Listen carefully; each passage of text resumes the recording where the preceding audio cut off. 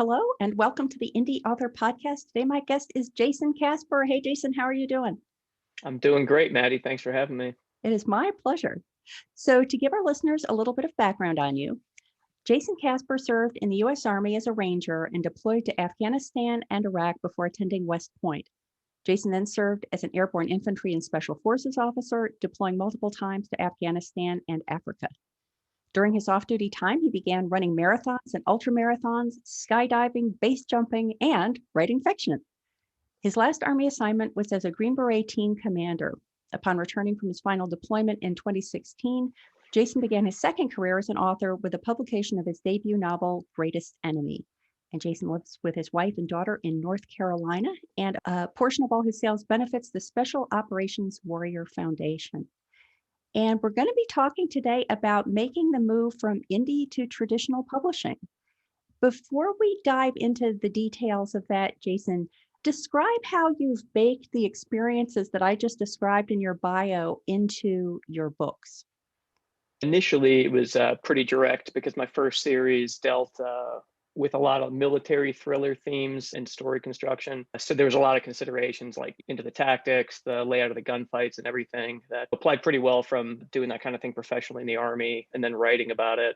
And I've done a separate heist thriller series as well. And even since then, kind of the experience in adrenaline sports and everything is played out in risk management, doing criminal activity and everything. And I feel it's been a pretty good translation into fiction. So you started out as indie, correct? Yes. And can you describe what led you from an indie author career to now being published through a more traditional publisher? Sure. Part of the decision to go indie in the first place was I didn't want anyone telling me what to do. I started with that prima donna artist attitude of I'm going to write what I want to write, take it or leave it. And I couldn't stomach the thought of a submissions editor telling me what to change. And now knowing what I know about the industry, I don't think they would have taken my work anyway. I still don't think they would. So I like that creative freedom aspect of it. So I started out as an indie and then got a foothold there. The decision to go with a traditional publisher, one, it is a smaller press that gives me total creative latitude, which is the most important consideration for me professionally. And then two, I think the indie scene got so complex with the advertising required to generate sales and even appear under a search for your own name plus book title. Your search results are buried under a half dozen ads, most of which I was paying for just to show up under my own name. So that system became more and more complex, and I was spending more and more time doing the advertising piece, which works for a lot of indies. I'm terrible at math. I'm not an Excel guru, and any success I had on the indie side just came from other authors really helping me out and telling me how to manage it, what to change my ads and everything. But eventually that system got so complex, and then my writing developed enough where I could increase my output to the point where spending half of my working day tinkering around with ads and marketing just really started to detract from the amount of work I would be able to put out into the world. So that was the nail in the coffin for me. And you had said that your publisher, Severn River Publishing, is a smaller publishing house. Mm-hmm. So can you describe a little bit more what you saw as the difference between a publisher like Severn River and one of the big four or however many there are now? What was the difference there? Yeah, so I think the big five, now big four, since Penguin acquired Simon & Schuster, I think they've got, and this is, I have no contacts in that industry. I've never had an agent. I've never applied to them. Knowing what I know now, and even then, I didn't have a high degree of confidence that my submission wouldn't end up in a slush pile and then just not be found really fitting the demographic they were looking to serve. So I think if I wrote more along the lines of what existing authors are doing, where there's really tight comp author targets, and I could pitch, this would apply to the audience of XYZ with a very clear delineation, it might have been easier. Like I said, I write whatever I want to. I write the stories I want to read. And I think there's enough departures from like the traditional thriller tropes and trends that it's not a direct translation. Severn River Publishing was an easy decision for me because I knew the founder, Andrew Watts. He was one of the indie authors who helped me out immeasurably. I reached out to him for help, like how do you sell books? When I realized you couldn't huck a book or two out there and start getting traction while you kept working on your next novel. So he helped me a lot, told me, take this course, here's how you learn the ads, read this book, and then really mentored me through, look, you have to have this super complicated spreadsheet to track all your ROIs and everything, and account for Kindle Unlimited reads, which at the time there was no tracking data for from Amazon. So he helped me out a ton. He later started that publishing company, Severn River Publishing. His initial staff was all military vets and military spouses. So I like that aspect. And then I just had full faith and confidence. Andrew is, to my mind, a genius. He left the Navy, did 4 years at Procter and Gamble, got the best marketing training that any company on earth offers. And I had seen when he told me, like, look, change your covers, change your description to be XYZ, start running ads this way. And when I started making those changes, my sales went from nothing, or from occasionally picking up new readers who happened to stumble across me, to turning it into a sustainable and scaling income and making it a business.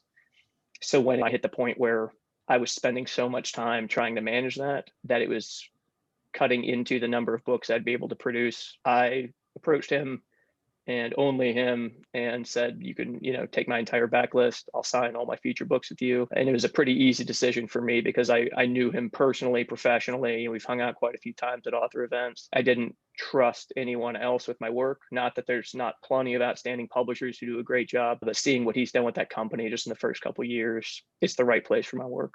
When you were making the decision about going to Andrew and offering up your backlist and your upcoming books, was there ever an interim point where you decided you wanted to stay indie, but you wanted to hire somebody to do all those things that you were saying were cutting into your time for writing, like social media and advertising? No, it was never really a feasible option for me. I know authors that have had success with that have great assistants. I don't know of any advertising services that have done a better job than an indie could do, at least not at a reasonable price point that would make it worthwhile financially. But the problem for me, hiring someone is I have to train them, and I was barely trained to do it myself. So it was never really an honest consideration for me. I wanted to go all or nothing. You said either in our conversations before this interview or I read somewhere that the two things that you did carry forward that you maintained the same way in your current situation as when you were publishing indie were your mailing list and social media. Did I get that right? Yeah, I Talk a still little run bit all that. about why you decided to do that and how that's working for you.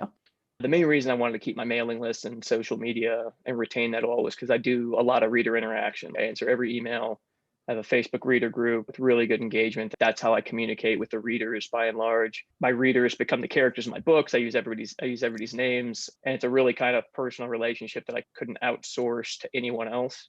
And I've never really been comfortable with the idea of having an assistant answering emails for me. So I wanted to keep those two things. And I think the third big carryover that I do from the indie side is just rate of production. I know for the big four publishing houses, it's common to have that 1 year book production cycle, of which, regardless of how long it takes the author to write, there's a 6 month to a year lead time, and the promotional activities, and then putting it through the marketing and distribution channels, stock airports and Walmarts and everything else. And I know there's trad authors that do 2 books a year, but I think indies, from my experience, have been the ones to really be writing 3-4 books a year consistently for their entire career. And I picked up that pace of writing as a survival thing. For being an indie, it's all about streamlining your process and getting your books at the market because you're not reaching as wide of an audience. So now that I'm with a publisher, I've just found myself more or less speeding up. One, my process has gotten more streamlined with experience. And then two, I just have so much more time to dedicate to the work. Percentage-wise, how are you dividing your time across writing activities and those remaining promotional and marketing activities that you kept?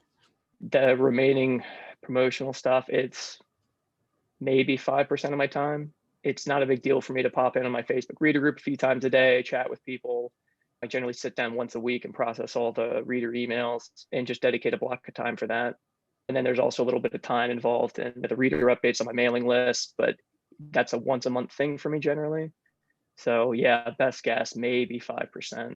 How did your creative process change between your indie experience and having a publisher? For example, you're saying that the fact that Severn River's taking care of a lot of this other stuff is giving you more time to write. In addition to that extra time, did the process itself of writing or editing change for you? No, not too much. I started writing and I just established a process in terms of how I outline a book and take it from initial concept to finished product. I just wanted to have a process so I could just make adjustments as I went. And then every book, I tweak it a little bit, I shorten some parts, and it just becomes what used to take me 2 or 3 weeks to lay out all my note cards and the whole screenwriting process of building the act sequences and scenes to make up the story. I can sit down and in a few days or a week have my note cards laid out to the point where I don't need to delve any more into the scenes. I don't need to nitpick anything. I can just tell that critical mass when I can just get started writing. And then the big difference signing with the publisher is everything takes me less time now, but I still don't really type much faster. I'm still maybe a 3,000, 3,500 word a day kind of guy, but I can generate that a lot quicker and then be processing. My editor gets back the last manuscript to me. It's a lot easier to pencil in time to get those edits done and back without really slowing pace on the book I'm working on. Do you ever get assignments from your editor about what they want the next book to be about, or is that totally up to you? Totally up to me. Yeah, fortunately. Not that I don't mind the guidance or input, but yeah, I like to run my own ship creatively. The thing that strikes me that's also unusual about your publisher relationship is that it sounds like, at least when it started out, it was largely staffed by fellow military people. Mm-hmm. And so before I realized that, what I was wondering was the fact of your not only writing military thrillers, which many people do, but having had that experience yourself, was that attractive to the publisher? I guess the question is still legitimate. Were they specifically looking for people who had that experience directly? No, they've since hired outside of the military community. They've just expanded at that point. I don't think military experience, one, from any publisher's perspective, is a prerequisite. There's plenty of guys who served in the military that can't write well. There's plenty of people who haven't served in the military. I look at Tom Clancy. He literally invented the bar and then set it for what a military thriller is. Never served a day, but he got the research down and was authentic enough that nobody's going to call him on technical inconsistencies. So I think what's attractive to my publisher and probably any publisher looking to hire an indie is what's your existing readership? How are your books launching? How are they selling? What's the read through between books in a series? Yeah, I don't think the military, it helps me personally in the process of creating a book, but I don't think that's a major consideration for them. Do you see a difference in how they're marketing your books versus other authors that they're representing that don't have that background? For example, is your advertising targeting people with a military background? Some of it for the military books, they'll tweak, and it's not so military specific as it is whatever's going to increase conversion, as any good advertiser will do. So case in point, they've also got a former detective, right? He's a retired cop who writes crime thrillers named Brian Shea. He's hugely successful. So, his advertising copy might be crime fiction written by a detective. Mine might be a military thrillers or black ops thrillers by a former Green Beret. And if somebody doesn't have that background, they just do good advertising copy. I think that all comes into just whatever increases conversion. And if that detective experience or military experience doesn't convert well, they'll try another set of copy and keep running it until they optimize it. You had mentioned the fact that you have a Facebook reader group. Can you describe a little bit about how you interact with that group, how it got set up, what benefits you're seeing from that? Sure. I'm not a big social media guy at all. And Andrew Watts helped me out. Was it a couple years ago? Facebook made that change where basically if you posted under a personal profile or even a professional page, it wasn't going to get any exposure. Facebook started redirecting everything towards the groups that you subscribe to. So when that change started happening, I think a couple years ago now, I think a lot of authors started going to having their own reader group and setting that up.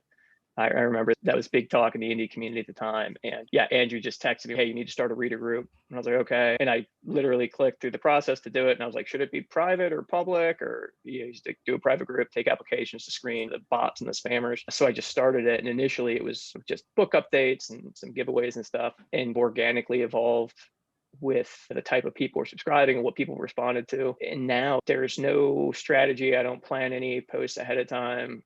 Half the time it's, I'm drunk, or here's a picture I took of my cat. We're talking about bourbon. There's just a wide variety of people on there. And I post stream of consciousness of whatever comes to mind, whatever I think might be funny or entertaining, generally positive stuff. I just do no book spoilers, no politics. So it's just very inclusive, and other readers post life achievements or stuff about their kids. And it's just this collective conversation. It's interesting because some of the readers, they're now like friends with each other, correspond with each other. Everybody knows each other's pets, kids, whatever. And then there's also a good amount of updates on my books. And also when I have friends who write similar, Andrew Watts, LT Ryan, Brian Shea, I'll be like, hey, here's a new release out, because you can't produce books fast enough for the kind of readers who are going through the Indy ranks. These aren't the people who are looking for a one book a year beach read. They're crushing some of the multiple books a week. So it's good to give some love to your fellow authors. And I've got all my author friends who write in the same genre. We all support each other. We all promote each other's releases internally with our own readership. So I constantly have readers coming to me like, oh yeah, I'm glad LT Ryan told me about your books, or I'm glad CG Cooper mentioned you. And it just ends up being a really positive thing for everybody involved. Are they members of your reader group? Yes. Not necessarily active. We're all members of each other's reader groups and everything, but mostly it's if we tag each other in a new release or something, or a reader tags them, they get the notification, they can come in and respond to it. The urban fantasy crowd is really sophisticated with their Facebook takeovers and cross-promotional stuff. And I've occasionally done stuff like that where they'll let you post in their group for something that would appeal to their readership, but the thriller crowd's not nearly that sophisticated. We're all just doing our thing, writing and helping each other out where we can. The reader group is really interesting. I have, of course, a author Facebook page, and I'm always trying to get people to engage on that, asking questions or saying, here's a picture of my dog, post a picture of your dog, and crickets. So it is interesting. I'm very interested in hearing the success you're having. How do you get the word out about the reader group? First off, I will commiserate with you. I get no traction on my Facebook author page, none. I set it up pretty much for Facebook ads initially, and now I'll just post like a new release on it whenever it happens, and it's zero engagement, very few people. And that's part of Facebook structure. You post your professional page, like, hey, you want to boost this post, ... Otherwise, nobody's going to see it. And in my case, nobody does. So for getting the word out about the group, I do a few things. One, on the Facebook page, I have a pinned post at the top that says, oh, join Jason Kasper's reader group, connect with other readers, opportunities for giveaways, book cameos, everything I do within that group. So if anybody arrives at my author page from a cold search, they will find it. In my back matter, all my social links, and even on my website, my Facebook link isn't to my author page, it's to my Facebook reader group, because I don't care if anybody follows my page. Just, you like it, you're not going to see anything I post there, and I'm not paying for it. So I do that, the pin post, and then in my email sequence, I have early on when somebody signs up for my mailing list on my website, which is also prominently displayed in all my books. I do a lot of CTAs for the mailing list, and I do have freebie incentives as well. So in one of those early emails, there's a PS, now that you're a reader, if you'd like to join my Facebook group, join 800 other blah, blah, blah fans for these opportunities, and it results in a steady trickle of people coming in. I was surprised when I started running Facebook ads that have actually been pretty successful for me and get a lot of engagement. So I have a lot of people liking my ads. Yeah. And then oftentimes they'll put, I read this and it was great, or this looks really good, and I'll like or make little brief comments as seems appropriate. And a lot of those people I then invite to my author Facebook page, and a lot of them accept the invitation. And I can see a lot of them are there, and sometimes they like pictures, but there's no interaction. No, I've had the same thing where the Facebook ads do result in interaction. I think that's just limited by the cost effectiveness of running the ads in the first place. So I now, my Facebook ads are one, handled by the publisher, but when I did them, I wasn't always doing it. It would be sporadic. When an ad would stop working, I shut it off. So for me, it was never really viable. And it's also pay to play. So for me, it was never really a viable means of increasing the group size. I like that traffic to be organic, like people who are genuinely interested in the books and they want to join, whether they're a lurker or they want to actively post and comment. It doesn't matter to me. I just want a place where everybody can be in. It's a safe place on the internet where you're not going to be getting political dissertations or any kind of negativity. Another reason I don't do Twitter beyond new release posts. Do you have to spend a lot of time or any time moderating the conversation to ensure people are complying with those rules? It's pretty minimal. I have not come close to the point where I need to think about an assistant to do that or to hire a moderator, because I check in a few times a day. I see whenever somebody comments. I read through all the posts. I like everything. That's how I track what I've read. When I post something, there's a bunch of comments posted. I'll go through and like all the comments. I'll reply to people here and there for whatever warrants it. But then when I go back in and check it, I can see whatever posts I haven't liked. It's something new. And it's very rare I have to delete a post where somebody goes left or right. You had said that you had committed all your upcoming books to Severn River as well. Did you ever consider approaching this with a hybrid approach, publishing some Indy and some with Severn River? No, I wanted to go all in for a couple of reasons. One, for the few amount of books I have. So I just published my 10th book. It's not enough. If I had a vast backlist with multiple series and everything, I think a hybrid approach would be worth considering. But for the few amount of books I have, I'm relatively new in my career. I haven't hit the 4-year point yet, or I just broke the 4-year point of when I published my first book. So I don't think there's a lot of incentive for a publisher to take on some projects, not all, because for me, that would be benefiting from all their marketing activities, selling my backlist short as it is. So I just don't have enough out there yet to even make that a consideration. It's just sad to hear someone call 10 books not enough. Yeah, well, I see where you're coming from. yeah, I look at all the heavy hitters, all the friends of mine, Steve Conklin, and all these guys that have got 20 plus books. Yeah, I'm definitely low man on the totem pole by a long shot. I think that wherever you are, it never seems like enough. This is true. I have 6 novels now, and I always think, oh, if only I had 10. And then when I get to 10, I'm sure I'll say, oh, if only I had 20. I have no doubt I will be right there with you every step of the way. The book that I got of yours, The Enemies of My Country, which is a David Rivers thriller, and just came out on January 15th, is in Kindle Unlimited. Are all your books Kindle Unlimited? Yes, the only two exceptions are my freebies. I've got a short story novella that I offer as mailing list incentives. And just because I know a lot of people bend this rule, and I've never heard of anybody getting called on it, but I don't want to do anything that could be perceived as a violation of Amazon terms of service. I don't want to bite the hand that feeds me. So those two are wide. And if they ever allow it as you can give away something on your website, but do it nowhere else and still have it in Kindle Unlimited, I would. I think about half my readership right now is Kindle Unlimited subscribers. And did that change at all? Were you KU when you were Indy and continued being in KU with Severn River?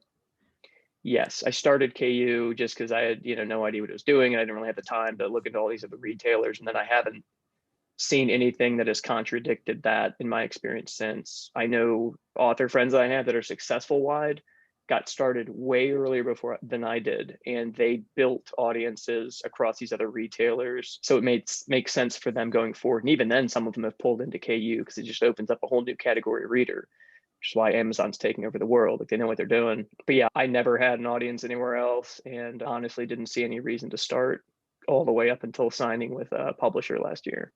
I want to switch a little bit from the whole Indy traditional marketing theme, because I can't have someone who is a ranger and a special forces officer and a Green Beret without asking some questions about that.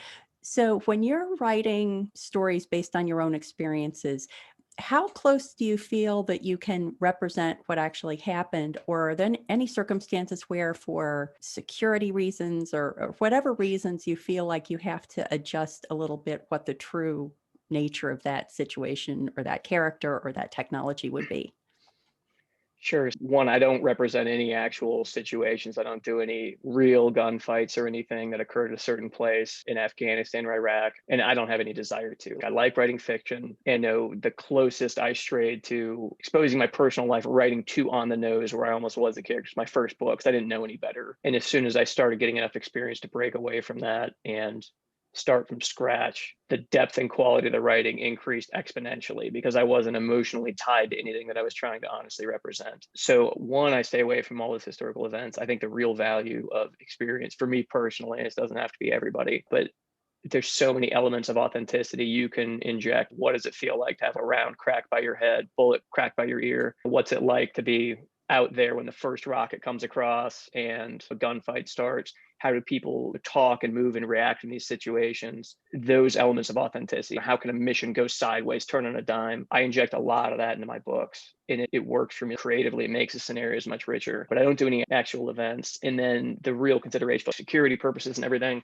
would be if you were accurately representing tactics where somebody could, and I've gotten this question before, well, how do you see tactics and equipment? And I think if your story is hinging upon accuracy and military detail, you're probably failing from a story construction standpoint, right? The plot should be compelling enough, the narrative drive should be good enough that the equipment and the gear is more or less interchangeable. Even the guys that write heavy nitnoid detail into gear and equipment. Like Jack Carr does it very well. You know what brand of pocket knife the dude has, what camouflage pattern he has, and it's nothing tied to operational security. And he could just as easily switch all those terms with some equivalent. And then for the stuff that you really don't want anybody to know in terms of tactics or procedures, it's easy to describe things in generalities. Brad Taylor was a unit officer, squadron commander, and he will talk about his guys clearing a room, and he's not saying exactly how they would. He describes the momentum of it, the flow, but he's not getting into this guy does this exact thing at this point where somebody could dissect his work. Obviously, anyone could pick up a book by someone who has had the experience you or your colleagues have had and possibly learn something from it. But it also makes me wonder if that's where they're getting their information. Maybe they're not very ominous bad guys anyway, because you would think that it shouldn't be a reliable source of information necessarily. Right. And so if that's where they're getting their information, it's just an interesting consideration. Chris Grawl was on the podcast talking about mistakes writers make about firearms and how to avoid them. And he was describing all the ways people could do research to make sure that their information was accurate. And Chris has advised me whenever there are firearms in any of my books. Chris has always been the person who's told me whether I'm getting it right or not. And I can't remember if this was in the podcast or just a conversation that he and I have had, but it was that at some point, even if you're right, it's distracting to include the detail because there's going to be some fanatic out there who says the stock of this is actually made of this material. And Chris could say, no, it's not, but it doesn't matter because at that point, you've already distracted them by making them think about it. Is that a consideration? Do you write it all out and then do you go back and say, are there some details here that are just too much? Yeah, generally my editor will call me on like, stop, you've gone way too far. In The Enemies of My Country, there's a high altitude parachute scene that originally is written was a lot longer in terms of how they calculate the release point using a high altitude computer based on winds calculated every 2,000 feet or down to ground level and how that would affect the parachute pattern. And she was like, just stop, like just chop this whole chunk. It's completely unnecessary. So I try to write using my best judgment for what would be interesting, what exposition I can intersperse while keeping the narrative drive and the suspense up. A lot of times I get it right. A lot of times I don't. And if I don't catch it in rereads, I've been working with the same editor for 10, now 11 books now. And I trust her that she will call me on it. Like she's been doing it for a long time and she understands I'm trying to get across. She knows all my series. So yeah, she'll call me on it if I exceed my bounds, which happens often. You're having to walk a very difficult line because, for example, in The Enemies of My Country, there are very exciting scenes about battles and parachute jumps and things like that, interspersed with scenes of parents taking their daughter out for ice cream. Right. And that's tough to carry a reader from those two very extreme senses. It's effective because you're illustrating these two very different worlds that the protagonist is living in. But do you have any tips there for when you're accommodating such two very different types of scenes? Yeah, so I would mainly say don't do it. The only reason I did it in The Enemies of My Country, the normal thriller convention, especially military thrillers, it's my personal 2 cents. I'm not an industry insider, just my own reading and everything and experience of the genre. Typically, the hero doesn't have a family. And if he does, if there's a wife, her job is to get shot or killed in the opening pages to incur his wrath on all these villains and drive the rest of the story. So this book was an exception. I just wanted to twist that convention. I want to have, he does have a wife, he does have a daughter. They don't know what he does professionally. He's on the other side of the world. He uncovers a terrorist plot. It's going to take place in his hometown in 4 days, and his wife and kid are mentioned by name. That was the premise I started with to make this book. And the whole theme for the book is kind of family, right? It's never really stated, but in the book, there's biological family, adopted family, family in terms of like brotherhood of arms, and then people handling it counterpointed with some people lost their family through a variety of factors. Some people have managed to hold on, but they're not being truthful with them. So that was almost a story consideration exclusively for this one book. And I was able to tie that in because it was driven by that premise of he finds these people in danger. And the path crosses where they don't know what he does. He's a CIA contractor working overseas. And at some point, it all comes to a head where the truth is out there. That's the only reason I did it. And even for the second book, and I've plotted a 10-book outline for the series, I'll tell you the opportunities to do that are few and far between. You can't have, now they're under attack from another angle, right? Taken 7, now the daughter's kidnapped again. So the second book, which I'm working on now, is all tactical. It's all one multi-day mission where you're not going to spoiler, you're not going to see the family. And I discussed this with my editor, and it just, there's not a good way to do it. And to try to do that would feel forced and contrived. And ultimately, a story is God, right? The story is king, and whatever serves that best.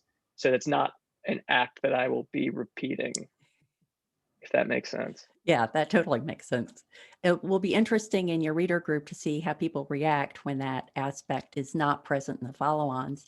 And I'm Yeah, realizing that the reader group is also great market research, right? Because you can see what people chat about in there. you can see what people chat about. And I also do surveys routinely. Hey, here's 3 title options. Here's 2. Here's what the cover designer came back with. And even now with the publisher, they send me this stuff because I've asked them, like, I want my reader group to be involved. And they are, like you said, the market research.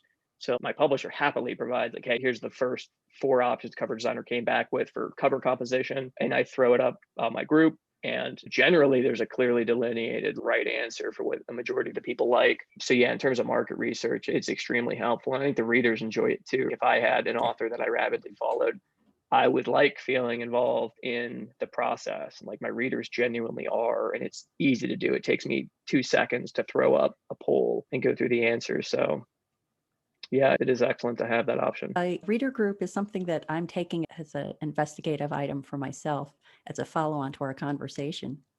In your bio, I mentioned that a portion of all your sales benefits the Special Operations Warrior Foundation. Tell a little bit about that.